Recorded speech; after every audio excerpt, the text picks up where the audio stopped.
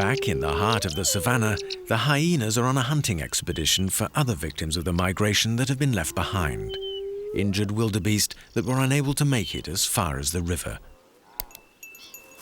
Bloodthirsty brutes, vicious, cowardly thieves, hyenas have been given the worst names. But their role is more commendable than contemptible.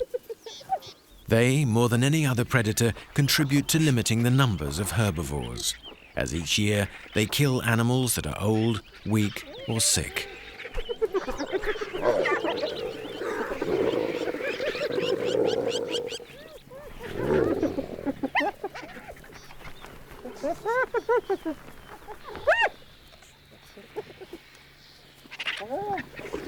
Hyenas' gluttony and taste for blood are well known. What is less familiar is their remarkably structured social life. Packs are ruled by a matriarchy, each one with a female leader who cooperates with her sisters and passes her role on to her daughters. It's an established rule that females which are placed high up in the hierarchy are accorded feeding priority and consequently receive a larger share. Through a complex language of body postures and yelps, the hyenas ensure that order reigns as they scramble for the spoils.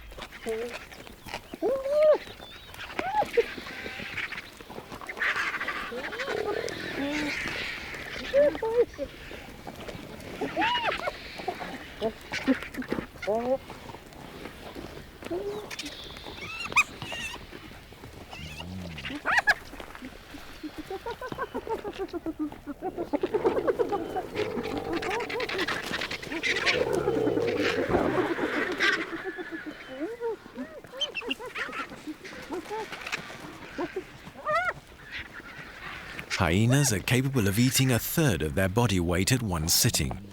If unchecked, they will swallow everything from flesh to tendons, skin and bone. Only the horns and hooves are left to one side.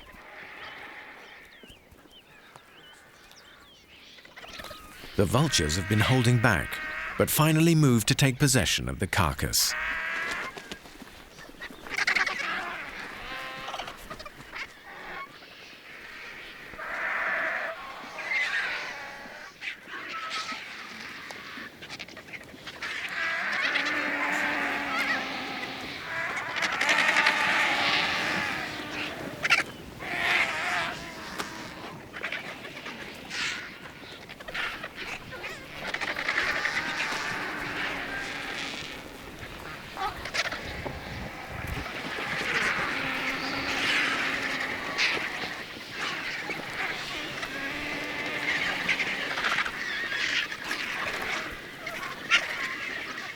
Ruppel's griffons and African vultures are similarly equipped, with a curved beak for slicing and ripping the skin, and a rasp-like tongue to pull flesh into the mouth.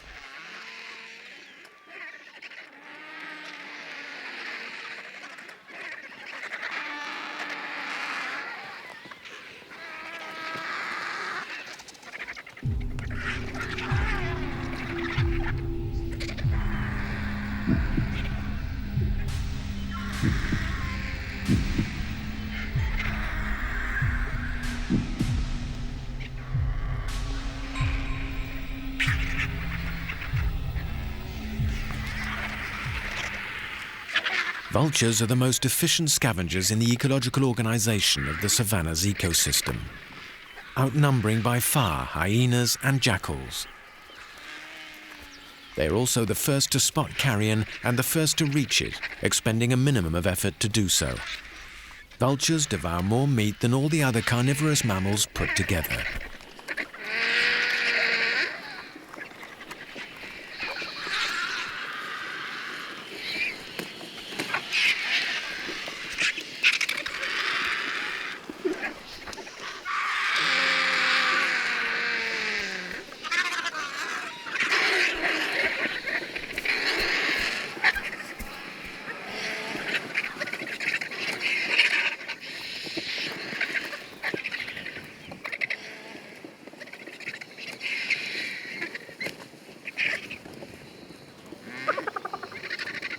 This fray is interrupted by a young hyena, a lone male.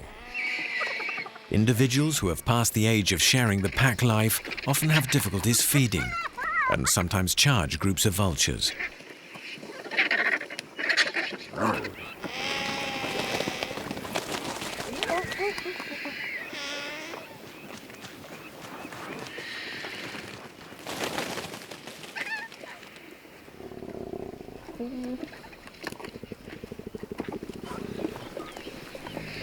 The vultures don't risk retaliating.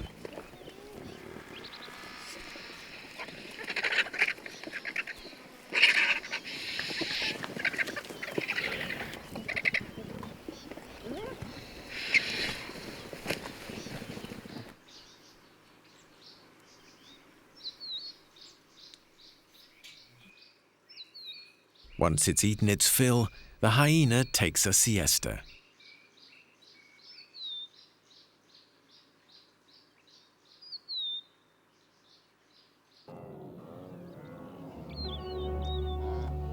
The wildebeest that arrived safe and sound have overrun the plains of Masai Mara. The rains are holding off and the grass is still a little dry, but far more abundant than in the Serengeti.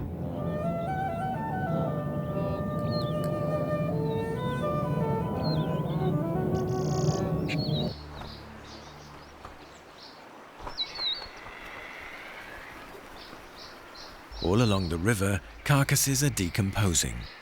The scavengers can get to work.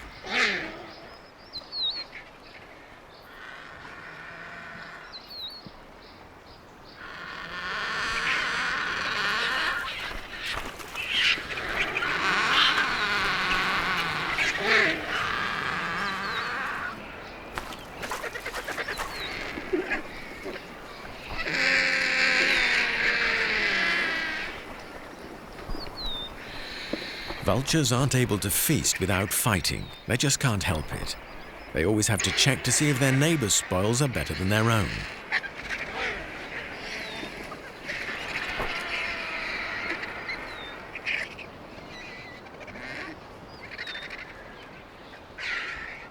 Vultures' strange bodies are designed for the work they do.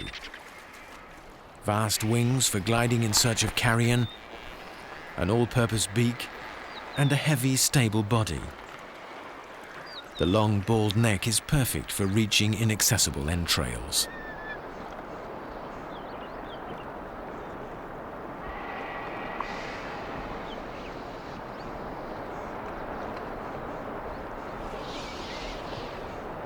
Gaining access to the carrion is not in fact as chaotic as it may seem.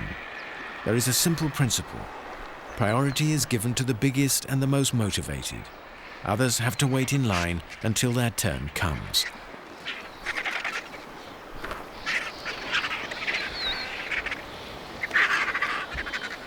Those who have already taken their share just digest serenely.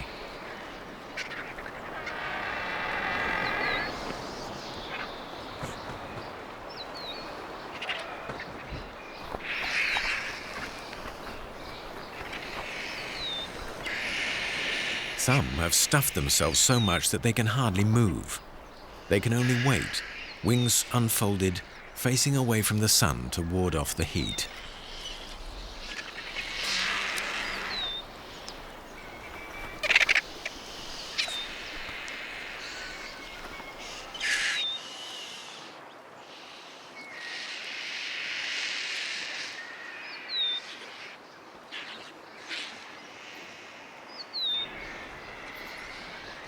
At several points along the river, there are still more carcasses piled up along the banks than there are scavengers to feed off them.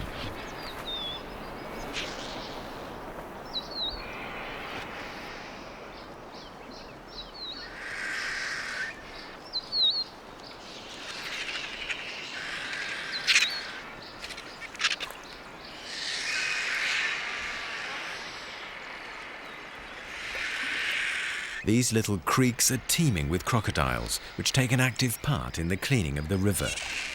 And they are not animals that tend to pick at their food.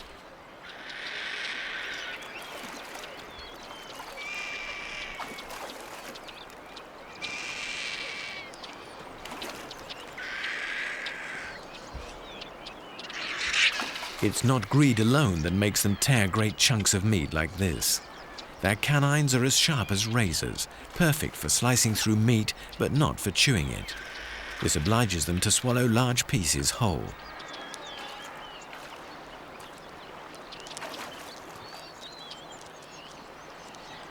The crocodile's digestive juices break down the meat and are in fact corrosive enough to dissolve horns, hooves, and manes.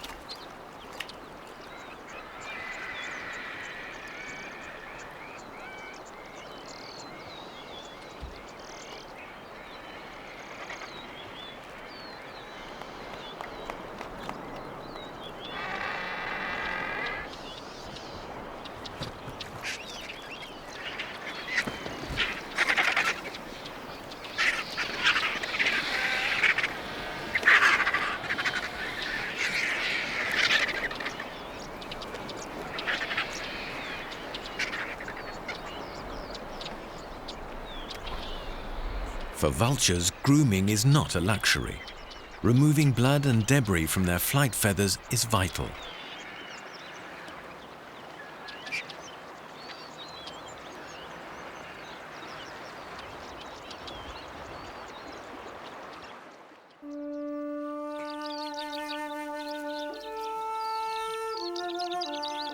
Meanwhile, back in the bush, jackals are foraging for food.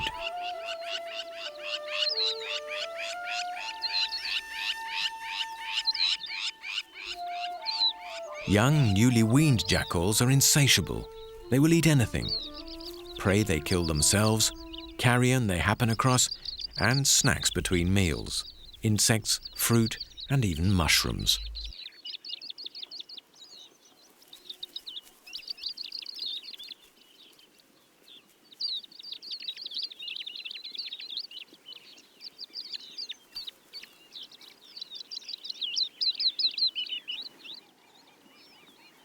When in a pack, jackals will attack large game that they wouldn't tackle alone. But this female has a family to feed and accepts second-hand prey. She has already located a carcass, probably by observing a vulture's flight.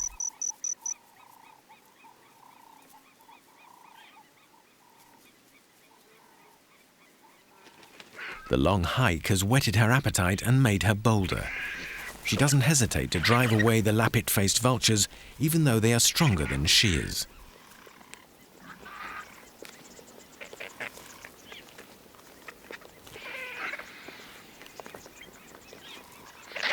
The vultures are indignant, and it won't take them long to strike back. The jackal only has a short time to feed herself.